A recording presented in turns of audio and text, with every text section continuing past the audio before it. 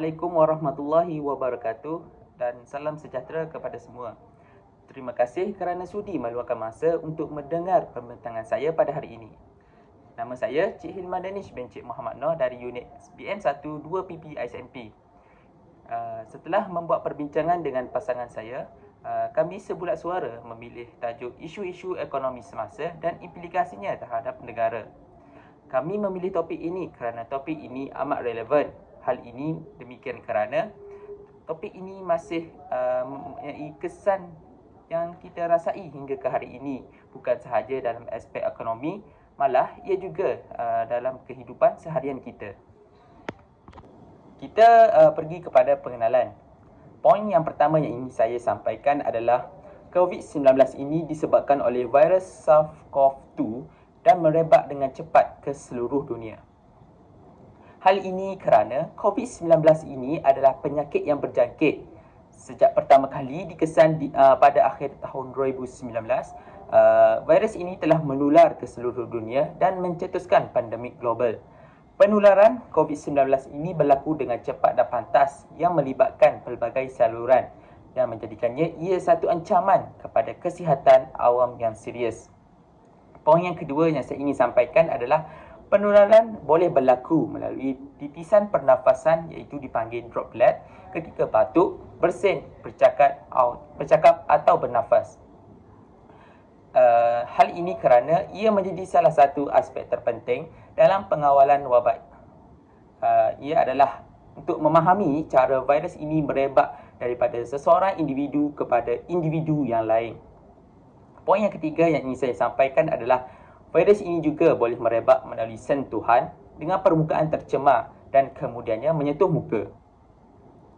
Virus ini juga boleh tersebar melalui sentuhan seperti yang saya katakan kerana penularan ini boleh berlaku walaupun individu yang dijangkiti tidak menunjukkan sebarang gejala yang menjadikan pengesanan dan pencegahan lebih mencabar. Poin yang terakhir adalah pencegahan bergantung kepada penjarakan fizikal, pemakaian pelitup muka, kebersihan tangan dan vaksinasi. Oleh itu, pengetahuan tentang mekanisme penularan COVID-19 amat penting dalam usaha mengekang penyebaran virus ini melalui amalan kesihatan awam seperti penjarakan fizikal, pemakaian pelitup muka, kebersihan tangan dan pengambilan vaksin. Baiklah, kita beralih kepada cara penularan COVID-19 ini boleh berlaku. Yang pertama adalah melalui titisan pernafasan iaitu droplet. COVID-19 ini paling kerap menular melalui titisan pernafasan yang dihasilkan apabila seseorang yang dijangkiti virus ini batuk, bersin, bercakap atau bernafas dengan kuat. Titisan kecil ini boleh dikeluarkan ke udara dan jatuh ke atas permukaan atau terus dihidu oleh individu lain yang berada dalam jarak dekat, khususnya dalam lingkungan 1 meter. Ini bermakna jika seseorang berada terlalu hampir dengan individu yang dijangkiti tanpa memakai pelitup muka, maka mereka berisiko tinggi untuk dijangkiti virus ini. Oleh itu, menjaga penjarakan fizikal sekurang-kurangnya 1 meter dan memakai pelitup muka ketika berada di tempat awam adalah langkah penting untuk mengurangkan penularan melalui titisan pernafasan. Yang kedua adalah penyebaran melalui udara, iaitu dipanggil aerosol. Selain titisan besar, terdapat juga zarah halus yang dikenali sebagai aerosol yang mampu membawa virus COVID-19. Aerosol ini boleh terbentuk apabila seseorang yang dijangkiti bercakap, bernyanyi atau bernafas dalam ruang yang tertutup yang kurang pengudaraan. Zarah ini lebih ringan dan lebih kecil daripada droplet, menjadikannya mampu terapung di udara dalam tempoh masa yang lama dan menjangkiti individu lain walaupun selepas pesakit itu telah meninggalkan kawasan tersebut. Oleh sebab itu, tempat seperti berhawa dingin, lift atau kenderaan tertutup tanpa pengudaraan yang mencukupi sangat berisiko menjadi lokasi penularan. Yang ketiga adalah sentuhan permukaan yang tercemar. COVID-19 juga boleh merebak melalui seseorang yang menyentuh permukaan atau objek yang tercemar dengan virus seperti di tombol pintu, meja, pemegang tangan atau telefon bimbit. Virus ini boleh kekal hidup di permukaan tertentu untuk beberapa jam hingga beberapa hari bergantung kepada jenis permukaan dan keadaan persekitaran. Sekiranya seseorang menyentuh permukaan ini dan kemudian menyentuh mata, hidung, mulut tanpa mencuci tangan terlebih dahulu, virus ini boleh memasuki tubuh dan menyebabkan jangkitan kepada kita. Oleh itu, kebersihan tangan amat penting, seperti mencuci tangan dengan sabun dan air atau menggunakan pen sanitasi tangan berasaskan alkohol yang boleh membantu memutuskan rantaian jangkitan COVID-19 ini. Okay, seterusnya kita pergi kepada gejala COVID-19. Terdapat 3 gejala COVID-19, iaitu pertama, gejala ringan, gejala sederhana dan gejala parah, iaitu kritikal. Gejala ringan ni seperti demam ringan, batuk, sakit tekak, keletihan dan hidung tersumbat. Sebilangan individu mungkin tidak mengalami gejala langsung, sementara yang lain mungkin menunjukkan gejala yang ringan atau lebih serius. Walaupun gejala ringan ini mungkin tidak menyusahkan atau mengancam nyawa, mereka masih menunjukkan bahawa seseorang yang telah dijangkiti virus ini. Bagi kebanyakan individu yang mengalami gejala ringan, mereka dapat pulih dengan rehat yang mencukupi dan tidak memerlukan rawatan perubatan intensif. Namun, jika gejala ini berlanjutan atau semakin teruk, ia mungkin memerlukan perhatian yang lebih lanjut. Gejala sederhana ini seperti batuk berterusan, sesak nafas, sakit kepala dan kehilangan deria rasa atau bau. Bagi individu yang mengalami gejala sederhana ini, sesak nafas biasanya tidak seburuk tahap parah, tetapi ia boleh menandakan bahawa virus ini sedang mula memberi kesan negatif kepada sistem pernafasan. Walaupun keadaan ini tidak selalunya mengancam nyawa, ia memerlukan pemantauan yang lebih rapi dan mungkin memerlukan lawatan ke klinik atau hospital untuk ujian lebih lanjut dan pemantauan kesihatan. Gejala yang ketiga adalah gejala parah, iaitu kritikal, seperti sesak nafas yang teruk, keletihan yang ekstrim, kesukaran untuk bernafas dan komplikasi serius seperti pneumonia atau kegagalan organ. Individu yang mengalami gejala parah atau kritikal biasanya menunjukkan simptom yang sangat ketara dan berbahaya. Keadaan ini juga sering disertai dengan masalah jantung atau buah pinggang, dan pesakit mungkin mengalami penurunan tahap oksigen dalam darah yang memerlukan bantuan pernafasan atau penggunaan ventilator di hospital. Sebagai contoh, salah satu antara keluarga saya pernah mengalami penurunan oksigen yang mendadak sehingga memerlukan alat bantuan pernafasan. Keadaan ini memerlukan rawatan intensif yang berterusan untuk mengelakkan kegagalan organ dan kematian. Yang seterusnya adalah langkah-langkah menangani isu ekonomi global. Yang pertama adalah pakej rancangan ekonomi global, iaitu bantuan keuangan negara. Banyak negara di seluruh dunia telah memperkenalkan pakej rancangan ekonomi ini untuk menyokong sektor perniagaan dan rakyat yang terjejas akibat pandemik ini. Ini termasuk bantuan tunai langsung, moratorium pinjaman, insentif cukai dan sokongan untuk peniaga kecil dan sederhana, iaitu dipanggil PMKS. Yang kedua adalah penangguhan cukai dan moratorium pinjaman. Banyak negara yang menawarkan penangguhan pembayaran cukai dan moratorium pinjaman untuk individu perniagaan. Hal ini memberi mereka kelonggaran keuangan dalam tempoh yang sukar. Di Malaysia kita juga, moratorium pinjaman yang ditawarkan kepada semua rakyat Malaysia membantu mereka untuk menangguhkan pembayaran pinjaman bank tanpa dikenakan penalti, memberi ruang kepada mereka untuk menstabilkan keuangan mereka semasa krisis COVID-19 ini. Yang ketiga adalah pelaburan dalam sektor kesihatan dan infrastruktur.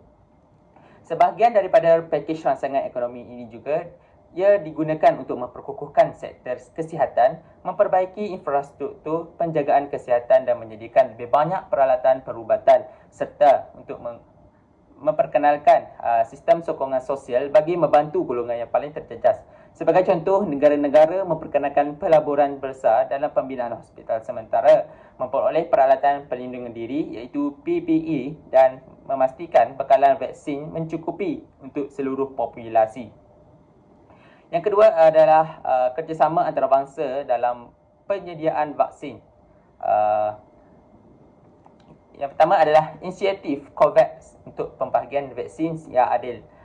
COVAX ni adalah inisiatif global yang dikendalikan oleh World Health Organization WHO, iaitu Gavi, Global Alliance for Vaccine and Immunization, dan CEPI, Coalition for Epidemic Preparedness Innovations, untuk memastikan akses vaksin ini yang adil di seluruh dunia, terutamanya di negara-negara miskin dan negara membangun. Inisiatif ini bertujuan untuk menyediakan vaksin COVID-19 kepada lebih 190 negara. Yang kedua adalah sumbangan dan kerjasama negara-negara kaya. Negara-negara kaya seperti Amerika Syarikat, Kesatuan Eropah dan United Kingdom telah menyumbang kepada COVAX dan organisasi lain untuk memastikan pengedaran vaksin kepada negara-negara miskin. Ini juga termasuk kepada pemberian bantuan kewangan untuk membeli vaksin kepada negara-negara yang tidak mampu membelinya.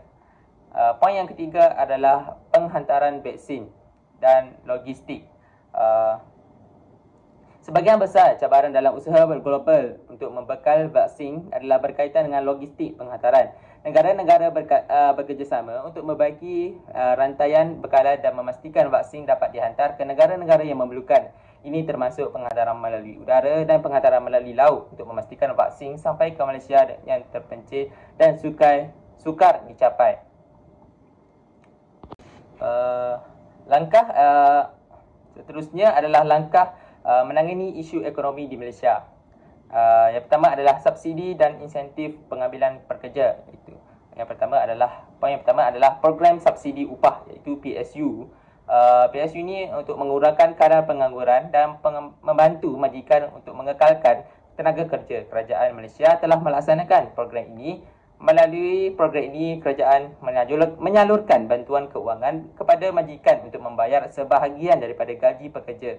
Ini amat membantu syarikat yang mengalami penurunan akibat pandemik agar mereka tidak memberhentikan pekerja. Yang kedua adalah program seperti jamin kerja. Program seperti jamin kerja memberi galakan kepada syarikat dengan menjadikan subsidi gaji selama beberapa bulan kepada majikan yang mengambil pekerja baru. Langkah ini bukan sahaja mengurangkan kadar pengangguran tetapi juga merangsang pertumbuhan ekonomi melalui peningkatan penggunaan domestik. Isu yang kedua adalah sokongan untuk sektor pelancongan dan perhotelan. Sektor pelancongan dan perhotelan ini adalah salah satu industri yang paling terjejas akibat pandemik COVID-19 yang disebabkan oleh sekatan perjalanan dan penutupan sembadan antarabangsa. Bagi menangani impak ini, kerajaan Malaysia telah mengambil pelbagai langkah sokongan untuk membantu pemulihan sektor ini. Poin yang kedua adalah kempen cuti-cuti Malaysia. Kempen cuti-cuti Malaysia ini turut dilancarkan untuk menggalakkan pelancongan domestik dan merancangkan semula aktiviti pelancongan dalam negara. Langkah ini bukan sahaja membantu pengusaha pelancongan bertahan tetapi juga menjana semula ekonomi setempat melalui peningkatan pengunjung tempatan. Assalamualaikum warahmatullahi wabarakatuh. Nama saya Muhammad Akasah bin Ahmad Rizwan dari unit PM1 2 PPISMP. Jadi saya akan meneruskan pembentangan dengan implikasi ekonomi terhadap pendapatan negara dan pendidikan ketika COVID-19. Kita pergi dulu kepada pengenalan. Pandemik COVID-19 telah memberikan kesan besar terhadap ekonomi global dan pendidikan, termasuk di Malaysia. Dari segi ekonomi, sekatan pergerakan dan penutupan perniagaan menyebabkan penurunan pendapatan negara, peningkatan pengangguran dan kemerosotan ekonomi secara keseluruhan. Dalam sektor pendidikan, peralihan mendadak ke pembelajaran dalam talian mendedahkan jurang digital antara pelajar, manakala penutupan sekolah memberi kesan kepada pembelajaran dan perkembangan sosial mereka. Oleh itu, topik ini penting untuk memahami cabaran serta langkah pemulihan yang perlu diambil demi kestabilan ekonomi dan kesinambungan pendidikan. Apa yang berlaku ketika COVID-19? Semasa pandemik COVID-19, kegiatan ekonomi merosot. Perintah Kawalan Pergerakan PKP telah menyebabkan banyak sektor tidak dapat beroperasi sepenuhnya. Pendapatan negara menurun. Cukai daripada syarikat dan perniagaan seperti cukai jualan, perkhidmatan SST dan cukai pendapatan turut menurun kerana banyak syarikat rugi atau ditutup. Kebergantungan kepada sektor tertentu.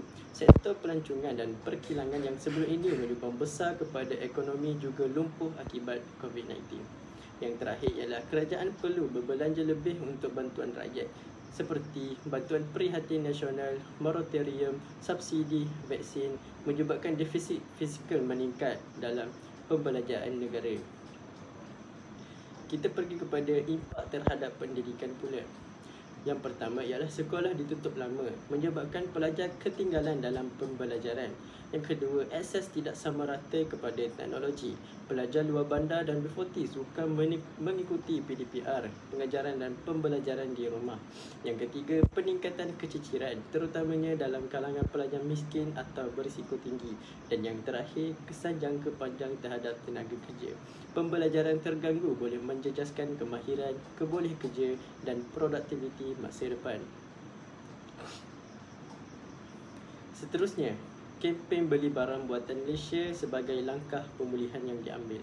Kempen ini diperhebatkan semasa dan selepas COVID-19 untuk meningkatkan permintaan domestik, iaitu menggalakkan rakyat membeli produk tempatan agar ekonomi tempatan bergerak maju.